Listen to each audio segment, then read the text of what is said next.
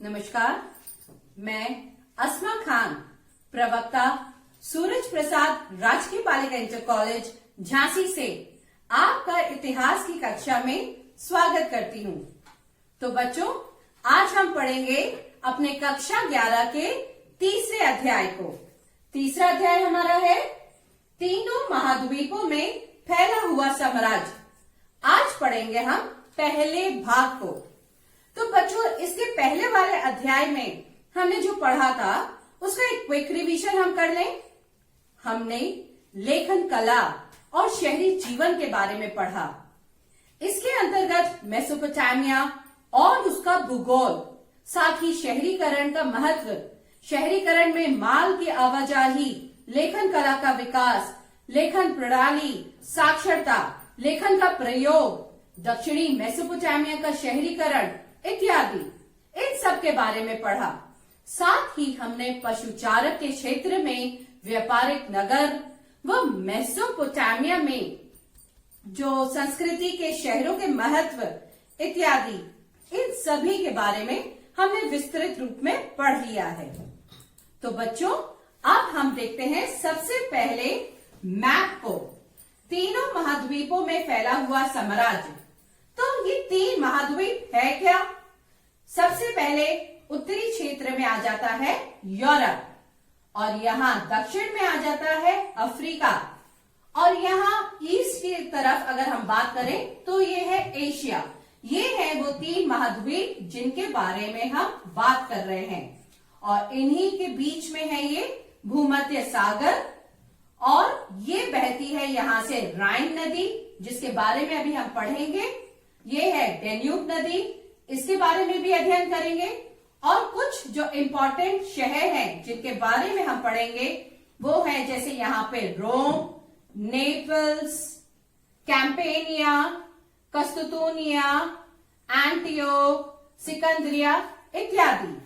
तो बच्चों, अब हम बढ़ते हैं अपने अध्याय की तरफ। रोम तथा ईरान के लोग आपस में प्रतिद्वंदी थे और अपने इतिहास के अधिकांश काल में वे आपस में ही लड़ते रहे।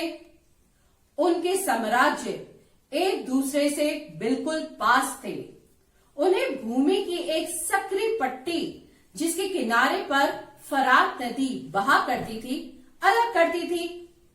तो बच्चों, इस अध्याय में हम रोम के साम्राज्य के बारे में पढ़ेंगे, मगर कहीं कहीं प्रसंगवश रोम के प्रतिद्वंदी कौन, ईरान का भी उल्लेख करते रहेंगे। यदि आप दिए गए मानचित्र पर नजर डालें तो हम देखेंगे बच्चों कि यूरोप और अफ्रीका के महाद्वीप एक समुद्र द्वारा एक दूसरे से अलग किए गए। ये अभी आपने देखा, कौन सा समुद्र? राइट, सही समझ रहे आप। रोम का भूमध्य सागर और उत्तर व दक्षिण की दोनों दिशाओं में सागर के आसपास स्थित सभी प्रदेशों पर प्रभुत्व था, और उत्तर में साम्राज्य की सीमा का निर्धारण दो महान नदियां, अभी मैंने आपको बताया, राइन और डेन्यूब से होता था, और दक्षिणी सीमा सहारा नामक अति विस्तृत रेगिस्तान से बनती थी। और इस प्रकार इस अत्यंत विस्तृत क्षेत्र में रोम साम्राज्य फैला हुआ था।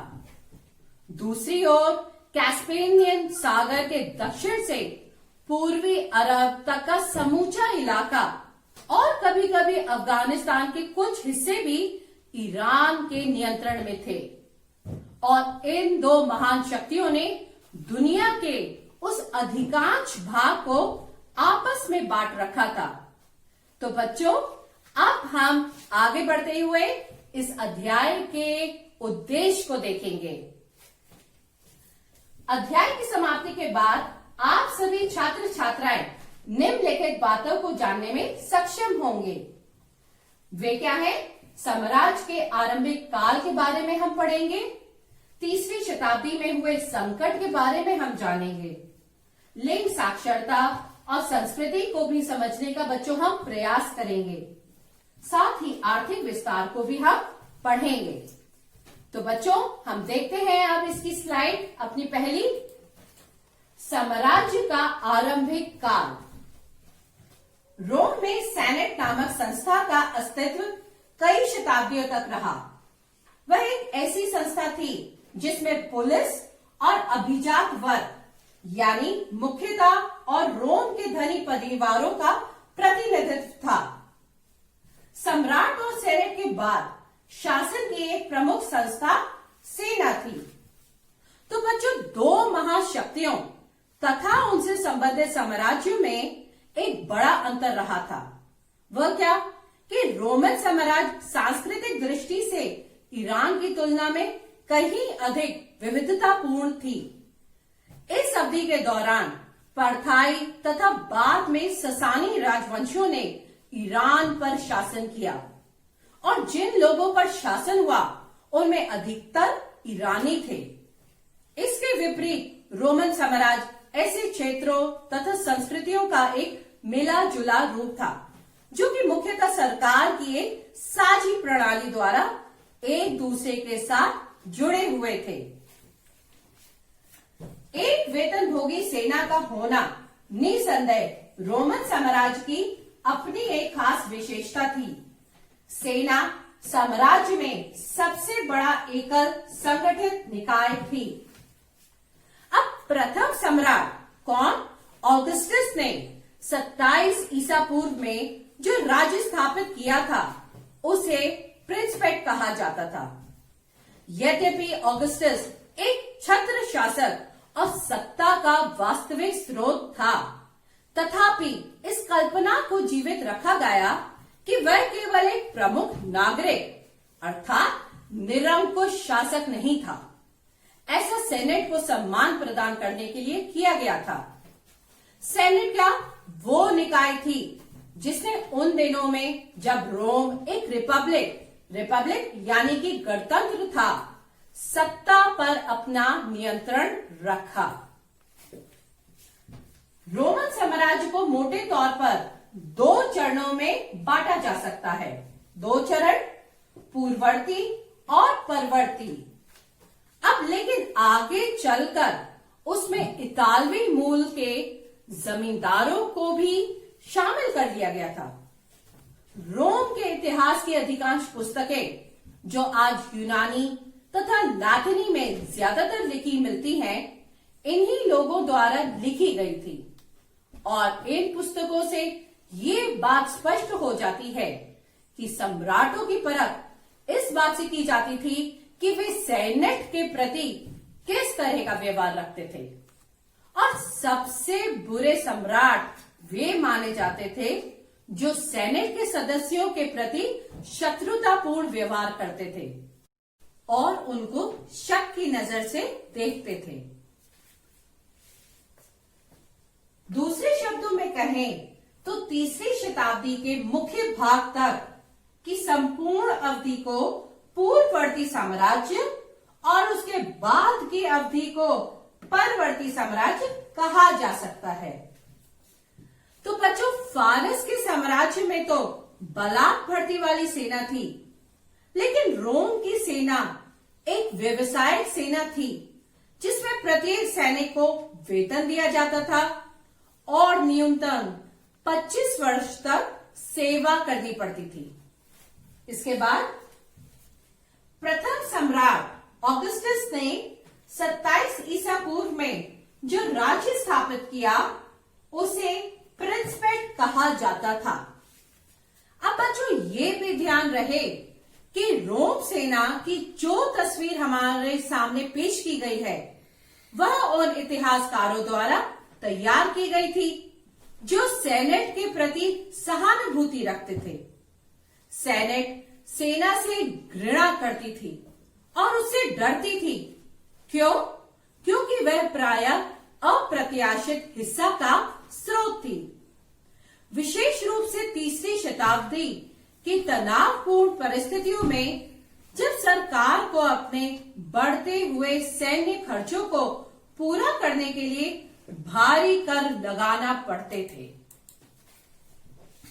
अब इसके बाद देखें बच्चों, हम लोग सिंहासन यथासंभव पारिवारिक वंश क्रम पर आधारित था, यानी कि पिता का राज्य पुत्र को मिलता था, चाहे ये सैनिक या नैसर्गिक हो अथवा ग्रहण किया हुआ उत्तराधिकारी दत्तक और सेना भी इस सिद्धांत को पूरी तरह मानती थी। इस काल की एक विशेष उपलब्धि ये रही कि रोमन साम्राज्य के प्रत्यक्ष शासन का क्रमिक रूप से काफी विस्तार हुआ। साम्राज्य के क्षेत्र प्रांतों में बैठे हुए थे और उनसे कर वसूला जाता था। तो बच्चों, ये बात तो सच है कि उन दिनों शासन व्यवस्था को चलाने के लिए उनकी सहायतार्थ आज जैसी कोई सरकार नहीं थी। तो बच्चों, फिर प्रश्न ये उठता है कि सम्राटों के लिए इतने लंबे चौड़े और तरह तरह के इलाकों पर नियंत्रण रख पाना कैसे संभव हुआ, जिनकी आबादी दूसरी शताब्दी के मध्य से लगभग 6 करोड़ तक पहुंच गई थी। अब इस प्रश्न का उत्तर साम्राज्य के शहरीकरण में खोजा जा सकता है। अब संपूर्ण साम्राज्य में दूर दूर तक अनेक नगर स्थापित किए जाते थे, जिनके माध्यम से समस्त साम्राज्य पर नियंत्रण रखा जाता था। इन शहरों के माध्यम से सरकार प्रांतीय ग्रामीण क्षेत्रों पर कर लगाने में सफल हो पाती थी, जिनसे साम्राज्य को अधिकांश धन संपदा प्राप्त होती थी। अब इसका अर्थ ये हुआ कि स्थानीय उच्च वर्ग रोमन साम्राज्य को कर वसूली और अपने क्षेत्रों के प्रशासन के कार्य में सक्रिय सहायता देते थे। इटली और अन्य प्रांतों के बीच सत्ता का आकस्मिक अंतरण वास्तव में रोम के राजनीतिक इतिहास का एक अत्यंत पहलू रहा है। इसके साथ दूसरी और तीसरी शताब्दियों के दौरान अधिकतर प्रशासक तथा सैनिक अफसर इन्हीं उच्च प्रांतीय वर्गों में से थे। संक्षेप में पहली शताब्दी के बाद वाले वर्षों में और दूसरी शताब्दी के दौरान तथा तीसरी शताब्दी के प्रारंभिक वर्षों में सेना तथा प्रशासन में अधिक लोग प्रांतों के लिए जाने लगे। अब क्योंकि इन क्षेत्रों के लोगों को भी नागरिकता मिल चुकी थी, जो पहले इटली तक ही सीमित थी, सेनेट पर कम से कम तीसरी शताब्दी तक इतालवी मूल के लोगों का प्रभुत्व बना रहा। लेकिन बाद में बच्चों, प्रांतों से लिए गए सेनेटर बहुसंख्यक हो गए और इन प्रवृत्तियों से ये पता चलता है कि साम्राज्य में राजनीतिक तथा आर्थिक दोनों ही दृष्टियों से इटली का पतन हो चला था और भूमध्य सागर के अपेक्षाकृत अधिक समृद्ध और शहरीकृत भागों जैसे स्पेन के दक्षिणी हिस्सों, अफ्रीका और पूर्वी भागों में नए संभाग वर्गों का उदय हो रहा था। तो बच्चों, इसके साथ हम कुछ निर्माण कार्य भी देखें उस समय के, जो मैं आपको जो चित्र आप देख रहे हैं स्क्रीन पर, उनके हिसाब से आपको समझाने की कोशिश कर रही हूँ। ये जो पहला चित्र आप देख रहे हैं, ये रोमन छावनी विंडोनिसी आधुनिक स्विट्जरलैंड में एक रंगशाला का है, जो कि प्रथम सदी का है। इसका प्रयोग सैन्य कवायद और सैनिकों के मनोरंजन के आयोजन हेतु किया जाता था। ये है वो जगह। इसका किस तरीके से निर्माण हुआ, दूसरी पिक्चर भी हम समझ ले बच्चों। ये नाइम्स के पास पांतुगाद, फ्रांस, प्रथम सदी ईस्वी, रोम के इंजीनियरों ने 3 महाद्वीपों के पार पानी ले जाने के लिए विशाल जल सेतुओं या जिसे का निर्माण किया है। ये है वो पिक्चर जिसे आप यहाँ पे देख पा रहे हैं। इसी के आगे अब बच्चों हम लोग पढ़ते हैं तीसरी शताब्दी का संकट। तीसरी शताब्दी के आंतरिक तनाव के पहले बड़े संकेत लेकर सामने आए। ईरान में एक अधिक आक्रामक वंश यानी कि ससानी वंश उभर कर सामने आया और केवल 15 वर्षों के भीतर ये तेजी से फरात की दिशा में फैल गया। तो बच्चों, 3 भाषाओं में खुदे एक प्रसिद्ध शिलालेख में ईरान के शासक शापुर प्रथम ने दावा किया था कि उसने 60,000 रोमन सेना का सफाया कर दिया और रोम साम्राज्य की पूर्वी राजधानी एंटियोक पर कब्जा कर लिया। और इसी बीच कई जर्मन मूल की जनजातियां अथवा राज्य समुदायों, जिनमें से प्रमुख एलमनाई, फ्रैंक और गोथ थे, ने डेन्यूब नदी की सीमाओं की ओर बढ़ना शुरू कर दिया। साथ ही रोम वासियों को डेन्यूब से आगे का क्षेत्र छोड़ने के लिए मजबूर होना पड़ा। तो ये था बच्चों इस स्लाइड। आगे हम देखें लिंग साक्षरता संस्कृति। रोमन साम्राज्य की आधुनिक विशेषताओं में से एक विशेषता थी क्या कि उन दिनों एकल परिवार यानी कि न्यूक्लियर फैमिली का व्यापक रूप से चलन था, जिसमें वयस्क पुत्र अपने पिता के परिवारों के साथ नहीं रहते थे और वयस्क भाई बहुत कम साझे परिवार में रहते थे। इसी के साथ बच्चों आगे देखें, दूसरी ओर दासों को परिवार में सम्मिलित किया जाता था। विवाह का रूप ऐसा था कि पत्नी अपने पति को अपनी संपत्ति हस्तांतरित नहीं किया करती थी, किंतु अपने पैतृक परिवार में वह अपने पूरे अधिकार बनाए रखती थी। आगे देखें बच्चों हम लोग, महिला का दहेज वैवाहिक अवधि के दौरान उसके पति के पास चला जाता था, किंतु महिला अपने पिता की मुख्य उत्तराधिकारी बनी रहती थी और पिता की मृत्यु पर उसकी संपत्ति की स्वतंत्र मालिक बन जाती थी। अब इस प्रकार रोम की महिलाओं को संपत्ति के स्वामित्व व संचालन में व्यापक कानूनी अधिकार प्राप्त थे।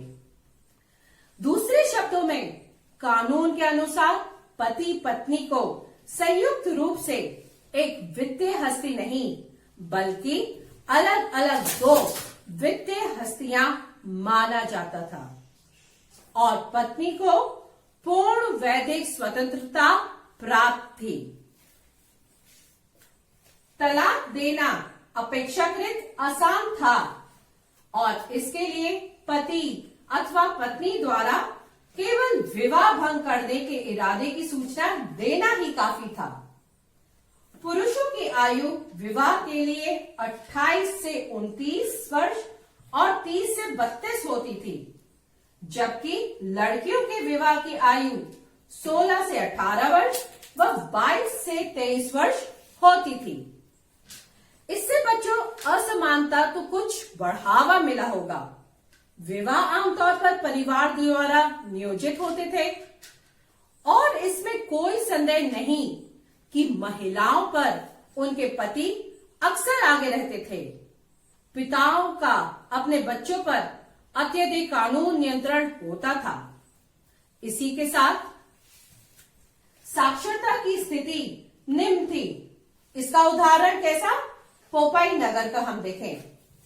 ये निश्चित है कि काम चलाऊ साक्षरता की दरें साम्राज्य के विभिन्न भागों में काफी अलग अलग थी। उदाहरण था पोपाई नगर में जो 79 ईस्वी में ज्वालामुखी फटने से दफन हो गया था। इस बात का ठोस प्रमाण मिलता है कि वहां काम चलाऊ साक्षरता व्यापक रूप में विद्यमान थी। पोपाई की मुख्य गलियों की दीवारों पर अंकित विज्ञापन और समूचे शहर में अभिलेखण पाए गए हैं। इसी के साथ बच्चों इसके विपरीत मिस्र यानी कि इजिप्ट में भी साक्षरता कुछ निश्चित वर्गों में अपेक्षाकृत अधिक व्यापक थी, जैसे सैनिकों, फौजी अफसरों और संपदा प्रबंधकों आदि में। रोमन साम्राज्य में सांस्कृतिक विविधता कई रूपों एवं स्तरों पर दिखाई देती है। साथ ही बच्चों अब हम आगे देखें, ये एक डायग्राम है आपके सामने, इसको पहले समझ लें हम। जैसे धार्मिक संप्रदायों तथा स्थानीय देवी देवताओं की भरपूर विविधता, बोलचाल की अनेक भाषाएं, वेशभूषा की विविध शैलियां, तरह तरह के भोजन, सामाजिक संगठनों के रूप जैसे जनजाति और अन्य, यहाँ तक कि उनकी बस्तियों के अनेक रूप भी थे। ये है वो पिक्चर जिसमें आप देख सकते हैं कि किस प्रकार वो लोग रहते थे, कैसी भाषाएं, किस तरीके की वेशभूषा थी। इन पिक्चर के माध्यम से बच्चों आप उसे आसानी से समझ सकते हैं। तो आगे बच्चों अब हम बढ़े आर्थिक विस्तार। साम्राज्य में बंदरगाह खानों, खदानों, ईंट भट्टों, जैतून के तेल की फैक्ट्रियों की संख्या काफी अधिक थी, जिनसे उनका आर्थिक आधारभूत ढांचा काफी मजबूत था। अब बच्चों पुराविद ये बता सके हैं कि स्पेन के जैतून के तेल के उत्पादक अपने इतालवी प्रतिद्वंदी से तेल का बाजार छीनने में सफल हुए। ऐसा तभी संभव हुआ होगा जब स्पेन के उत्पादकों ने अपेक्षाकृत कम कीमतों पर बेहतर गुणवत्ता वाला तेल बेचा होगा। तो बच्चों दूसरे शब्दों में हम समझे कि भिन्न भिन्न प्रदेशों के जमींदार एवं उत्पादक अलग अलग वस्तुओं को बाजार हथियाने के लिए आपस में प्रतिस्पर्धा करते रहते थे और बाद में उत्तरी अफ्रीका के उत्पादकों ने स्पेन के जैतून के तेल के उत्पादकों जैसा महत्वपूर्ण स्थान प्राप्त कर लिया और तीसरी तथा चौथी शताब्दियों के अधिकांश भाग में इनका उस क्षेत्र में बोलबाला रहा। इसके आगे बच्चों हम लोग देखें गेहूं, अंगूरी शराब तथा जैतून का तेल मुख्य व्यापारिक वस्तुएं थी जिनका अधिक मात्रा में उपयोग होता था। बच्चों हमें ये भी ध्यान रखना चाहिए कि हम ये न मान बैठे कि एक प्राचीन दुनिया थी, इसलिए उस समय के लोगों का सांस्कृतिक तथा आर्थिक जीवन आदिम या पिछड़ा हुआ था, लेकिन स्थिति इसकी कुछ विपरीत थी। भूमध्य सागर के आसपास पानी की शक्ति का तरह तरह से इस्तेमाल किया जाता था। इस काल में जल शक्ति से मिले चलाने की प्रौद्योगिकी में खास प्रगति हुई। अब हम आगे देखें बच्चों शराब, जैतून का तेल तथा अन्य तरल पदार्थों की ढुलाई ऐसे मटकों या कंटेनरों में होती थी जिन्हें एम्फोरा कहते थे। ये बेटा बच्चों इसकी पिक्चर है आपके सामने, उसको देखिए और समझिए।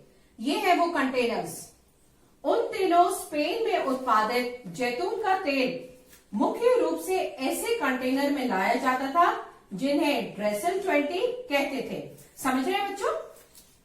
आगे हम देखें सीरिया और फिलिस्तीन व्यापारी अंगूरी शराब तथा जैतून तेल के मुख्य निर्यातक बन गए, जबकि भूमध्य सागर के बाजारों में अफ्रीका से आने वाले कंटेनरों में इन दिनों में अचानक कमी हो गई। साम्राज्य के अंतर्गत ऐसे बहुत से क्षेत्र आते थे जो अपनी असाधारण उर्वरता के कारण बहुत प्रसिद्ध थे, जैसे इटली में कैंपेनिया, सिसिली और मिस्र में फयूम, गैलिली, बाइजेकियम तथा बाइटिकिया। साथ ही आगे देखें बच्चों, अब हमने अध्याय को अच्छे से समझ लिया है, पढ़ लिया है, तो इसके आगे बच्चों हम संक्षेप में देख लें कि हमने इस अध्याय के इस पहले भाग को क्या क्या पढ़कर सीखा है। अध्याय के इस भाग में हमने साम्राज्य के आरंभिक काल के बारे में पढ़ा, तीसरी शताब्दी के संकट को भी हमने समझ लिया, लिंग और साक्षरता साथ ही संस्कृति को भी हमने समझा, आर्थिक विस्तार को भी हमने विस्तार पूर्वक समझने का बच्चों प्रयास किया है। तो इसी के आगे जैसा कि हमें एग्जाम में अगले साल बैठना है, बोर्ड में कैसे प्रश्न आते हैं उसका एक एग्जाम्पल उदाहरण मैं आपके सामने लेके आई हूं कि आपको कैसा आंसर लिखना होगा। क्वेश्चन देख लीजिए एक बार। अध्याय को ध्यान पूर्वक पढ़कर उसमें से रोमन समाज को आपकी दृष्टि में आधुनिक दर्शाने वाले आधारभूत अभिलक्षण चुनिए। इसका आंसर कैसा होगा? रोमन समाज की अपेक्षाकृत अधिक आधुनिक विशेषताओं में से प्रमुख विशेषता ये थी कि उस समय समाज में एकल परिवार का, न्यूक्लियर फैमिली का चलन व्यापक स्तर पर था, जिसमें वयस्क पुत्र अपने पिता के परिवार में नहीं रहता था। वयस्क भाई भी ज्यादातर अलग ही रहते थे। दूसरी तरफ दासों को परिवार में सम्मिलित किया जाता था। गणतंत्र के परिवर्ती काल तक विवाह का ऐसा रूप प्रचलित था बच्चों, जिसके अंतर्गत पत्नी अपने पति को अपनी संपत्ति का स्थानांतरण नहीं करती थी, किंतु अपने पैतृक परिवार में उसका अधिकार विवाह के पश्चात ही कायम रहता था। महिला को दहेज वैवाहिक अवधि के दौरान उसके पति के पास चला जाता था, किंतु पत्नी अपने पिता की मुख्य उत्तराधिकारी बनी रहती थी। अपने पिता के मरणोपरांत वह अपने पिता की संपत्ति की स्वतंत्र मालिक बन जाती थी और उसे पुरुषों की अपेक्षा अधिक विधिक अधिकार प्राप्त था। इसके अतिरिक्त पति पत्नी को संयुक्त रूप से एक हस्ती नहीं बल्कि कानूनी दृष्टिकोण से अलग अलग वित्तीय हस्तियां माना जाता था। तत्कालीन समाज में तलाक देना आसान था, इसके लिए पति पत्नी के मध्य विवाह भंग करने के इरादे की सूचना ही पर्याप्त थी। पुरुषों का विवाह 28 से 29 और 30 से 32 वर्ष की आयु में और लड़कियों का विवाह 16 से 18 और 22 से 23 वर्ष की आयु में होता था। स्त्रियों के ऊपर उनके पतियों का कड़ा नियंत्रण होता था। बच्चों के मामले में पिता को कानूनी अधिकार प्राप्त थे। तो बच्चों, ये था वो प्रश्न जिसका आंसर आप समझ गए हैं। इसी के साथ हमें इस अध्याय के पहले भाग का निष्कर्ष भी जानना है। वो क्या है? अध्याय के इस भाग से ये निष्कर्ष निकलता है कि आरंभिक समाज में व्याप्त विषमताओं और अव्यवस्था के बाद भी किस तरह सामाजिक क्षेत्र में प्रगति के साथ साथ आर्थिक क्षेत्र में भी प्रगति हुई एवं 30वीं शताब्दी में हुए संकट के बाद भी नवीन साम्राज्यों का उदय हुआ। तो बच्चों, हमें पढ़ने के साथ साथ घर में बैठ के कुछ होमवर्क भी करना है। तो उस होमवर्क के लिए कुछ प्रश्न मैं आपके लिए लेके आई हूँ, थोड़ा करिएगा आप घर में। अध्याय, ये तो पहले प्रश्न जो आपने किया था ये आप कर लीजिएगा, अभी जो आंसर बताया। दूसरा प्रश्न नोट करिए। साम्राज्य के आरंभिक काल में रोमन साम्राज्य के लिंग साक्षरता संस्कृति के संदर्भों को स्पष्ट कीजिए। कुछ थोड़े और प्रश्न हैं। अध्याय को ध्यान पूर्वक पढ़कर उसमें से रोमन अर्थव्यवस्था को आपकी दृष्टि से दर्शाने वाले आधारभूत अभिलक्षण चुनिए। और एक और प्रश्न, तीनों महाद्वीपों में फैले हुए साम्राज्य के आरंभिक काल को समझाइए। तो बच्चों, इसके साथ साथ इस चैप्टर के इंपॉर्टेंट पॉइंट्स को भी आपको लिखना है और साथ ही हमें अगली क्लास में क्या पढ़ना है उसके लिए थोड़ा सा आपको पढ़ के आना है बच्चों। आगे आने वाले भाग में हम आर्थिक विस्तार के साथ साथ श्रमिकों पर नियंत्रण, दासों के प्रति व्यवहार और सामाजिक श्रेणियों के बारे में विस्तार में पढ़ेंगे। साथ ही परिवर्ती पूरा काल को भी हम समझने का प्रयास करेंगे। तो बच्चों, इसको फिर से पढ़िए, रिवाइज करिए, घर पे रहिए, सुरक्षित रहिए। Thank you.